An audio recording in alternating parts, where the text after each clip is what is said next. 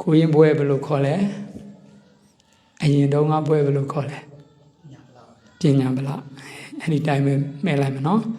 ပညာဗလာဆိုတာပညာဒီဟုသောခွန်အားရှိသူတဲ့ဂျာလားဘာပညာလဲဆိုတော့အမျိုးမျိုးလာမှာပေါ့ကိုရင်ဘဝမှာဟုတ်လားယဟန်ဘဝမှာသူတော်ကောင်းတရားတွေကျင့်ပညာတွေပြည့်စုံလာမယ်နော်ဘာပညာလေးတဲ့နံပါတ်1ကမ္မတက္ကရာတမဒိဋ္ဌိပညာပေါ့ကံကံရဲ့အကြောင်းကျိုးကိုယုံကြည်တဲ့ပညာရှိရမယ်နော်အဲ့ဒါ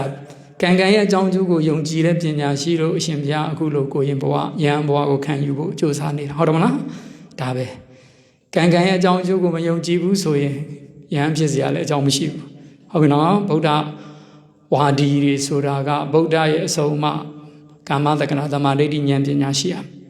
အဲ့ဒီကနေတဆင့်ယဟန်တာမဏေဘဝမှာသီလတွေကောင်းစွာဖြည့်ခြင်း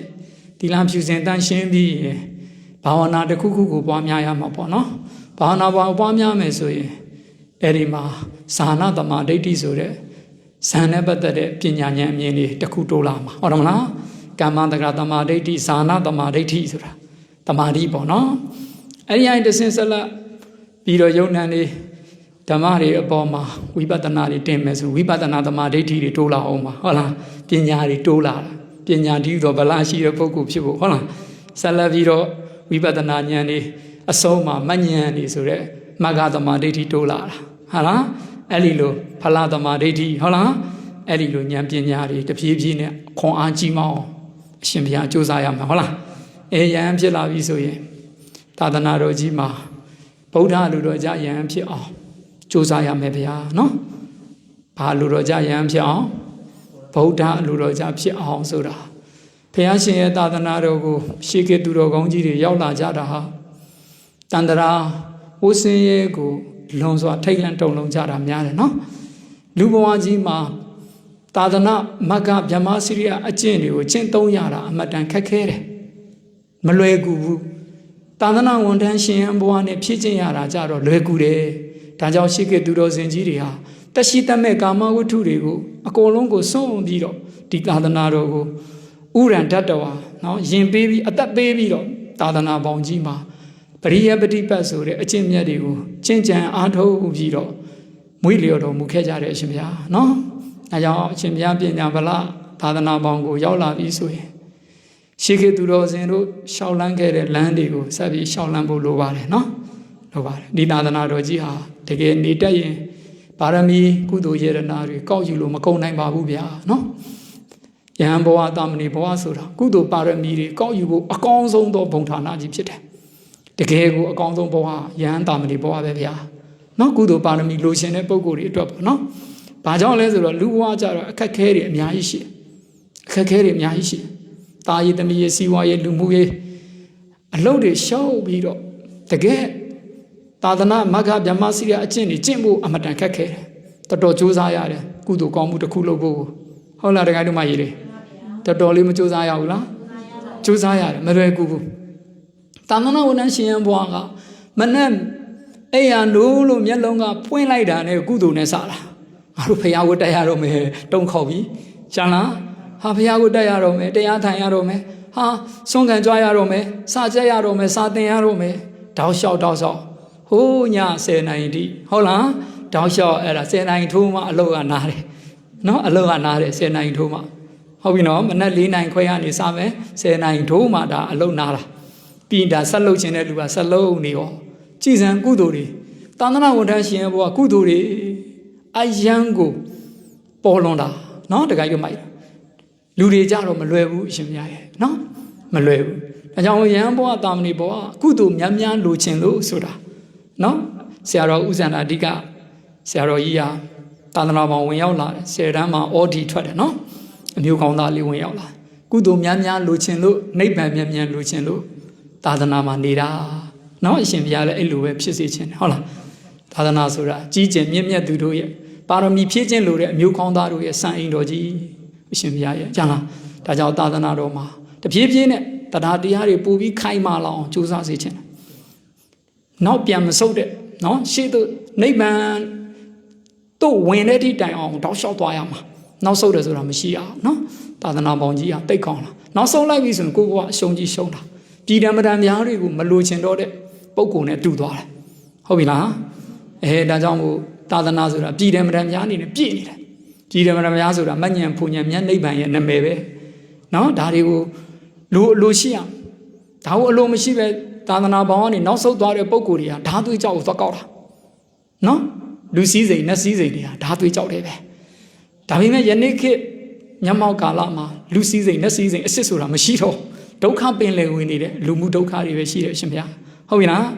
အဲ့ဒါဓာသွေးကြောက်ရင်တော့ဓာသွေးကြောက်တောင်တကယ်ကြောက်တကယ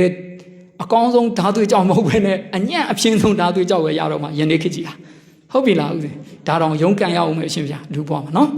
်အဲကြောင့်မို့ဒီသာသနာမှာကြတော့တကယ်ပြည်တယ်မရံများကြီးပဲရှင်ဗျာနော်ပြည်တယ်မရံများကြီးပဲတကယ်ကျင့်မှန်ဉဏ်ပုံဉဏ်မျက်နှိပ်မှန်လမ်းကြောင်းကြီးပွင့်နေသေးတယ်နော်တကယ်ကျင့်ဖို့လမ်းတွေရှိပါတယ်တပည့်တို့အတွက်အကောင်းဆုံးဘဝပိုင်ရှင်တွေပါပဲနော်ကောင်းစွာကျင့်ကောင်းစွာကျင့်ဒီဘဝနဲ့မှန်ဉဏ်ပုံဉဏ်မဆိုင်ရင်ဒုတိယဘဝမှာရကိုရတယ်တကယ်လိုချင်တဲ့စိတ်နဲ့ကျင့်ဒီပဂတိတာဝကအရာမှာအရှင်ဘုရားပါရမီမလိုဘူးနော်ပဂတိတာဝကဆိုတာတကယ်ကိုကျင့်ကြံလို့တကယ်ကိုပြည့်စုံသွားတာနဲ့မှန်ဉဏ်ပုံဉဏ်ရကိုရတယ်ဟုတ်ပြီလားဘုန်းကြီးတို့အာဂါတာဝကလို့အရှင်သာရိပုတ္တရာတို့အရှင်မောက္ကလန်တို့ဆိုရင်ဒါတသင်္ချေနဲ့ကဘာတသိပ်ပါနေဖြစ်ရတယ်ပြည့်စင်ကဗုဒ္ဓအရှင်မြတ်ကြီးတို့ဆိုရင်နှစ်သင်္ချေနဲ့ကဘာတသိပ်ဟုတ်လားဘုန်းကြီးတို့ရိုးရိုးမဟာတာဝကကြီးတွေရှိတယ်ပေါ့နော်မဟာတာဝကကြီးကကဘာတသိန်းလောက်ပဲဖြစ်ကျင်ရတာဟုတ်လားဒီပဂတိတာဝကကတော့ဒီပါရမီဘယ်လောက်လဲဆိုတာဘုရားမဟောထားဘူး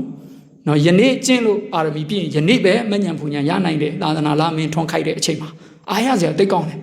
ဒါကြောင့်အရိမတ္တယဘုရားကိုလည်းစောက်เสียမလိုတော့ဘူးကျမ်းလာတခိုင်တို့မှယူရင်ယနေ့မဉ္ဇဉ်ပူဉ္ဇဉ်မျက်နှိပ်ပံကိုမျက်မှောက်ပြုခြင်းယနေ့ပင်အားထုတ်ပြလိုက်ပါဟုတ်ပြီလားဒါကြောင့်အရှင်ဘုရားကသာသနာပေါင်းကိုယနေ့ဝင်ရောက်လာတယ်ဒါကြောင့်ဆရာတော်ကတိုက်တွန်းလို့တယ်ဘယ်တော့မှနောက်မဆုတ်ဖို့တိုက်တွန်းလို့တယ်ကျမ်းလား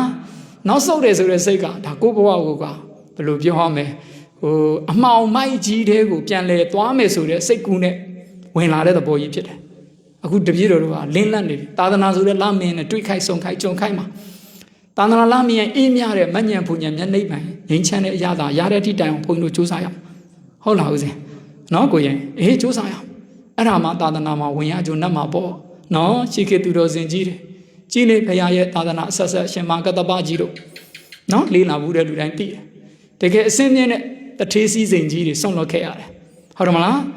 တကယ်ကိုပိတ်ပလိအနွယ်ဆိုတာစစ်တပ်တွေတောင်ပိုင်တဲ့တထေးကြီးတွေနော်မင်းတွေကောင်သူတို့ကိုလေးစားရရှိန်ရအရှိန်ဝါကြီးတဲ့ဘယင်ကြီးတွေတထေးကြီးတွေအဲ့လိုအနွယ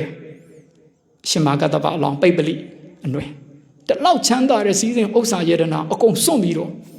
ဖះကိုကြီးပြီးတောင်းတပြီးသာသနာပေါင်းကိုပန်းတကူသင်္ကန်းကြီးဝတ်ပြီးတော့ဟာလားနော်နေထိုင်ခဲ့တာသူတော်ကောင်းကြီးတွေကမြင်လို့ပေါ့အရှင်ဘုရားရဲ့ဘုန်းကြီးတို့ကကန်းနေတော့မသိဘူးလေလောကီအာယုံကာမဂုဏ်တွေကိုတတ်မှတ်ဖွယ်လို့မြင်နေတာကတပြည့်တော်တို့ကတကယ်ပညာမျက်စိကန်းနေတာဟုတ်ပြီလားပညာမျက်စိကန်းနေတော့မမြင်ရတော့ဟုတ်တော့မလားဥမာမစင်လေးတွေဟာလားလောက်ကလေးတွေကမစင်လေးကိုကောင်းတယ်လို့သူတို့ထင်တာဟုတ်တယ်မလားလူတွေအနေနဲ့တော့ဘာဖြစ်လဲမစင်ကိုမယုံဘူးလားလောက်ကလေးတွေကတော့မပျော်ဘူးလားသူတို့အတွက်တော့တသက်စာပဲချီတွင်နဲ့ကြပြီးဆိုရင်ဟုတ်လားတခိုင်တို့မကြီးလောက်တွေအတွက်တော့ဘာဖြစ်လဲတသက်စာပဲလူတွေကတော့မယုံဘူးလားအဲ့လိုပဲပညာရှိသူတို့ကောင်းနေတာဒီတက်ရှိတတ်မဲ့ကာမဝတ္ထုတွေပေါ်မှာချီးလို့ယွန်ရှာကြတယ်ဗျာကြားလားကလေးချီးလို့ယွန်တာမျက်လုံးကန်းနေတဲ့ပုထုဇဉ်လူသားတွေကြတော့လူချင်းတယ်စီစဉ်ဥစ္စာယေရနာတွေဟုတ်လားတအားလူချင်းတော့လူချင်းမှုလောဘတဏှာတွေဆိတ်ရှုပြီးတော့အဲ့ဒီမှာအလုပ်တွေလုပ်ကြတယ်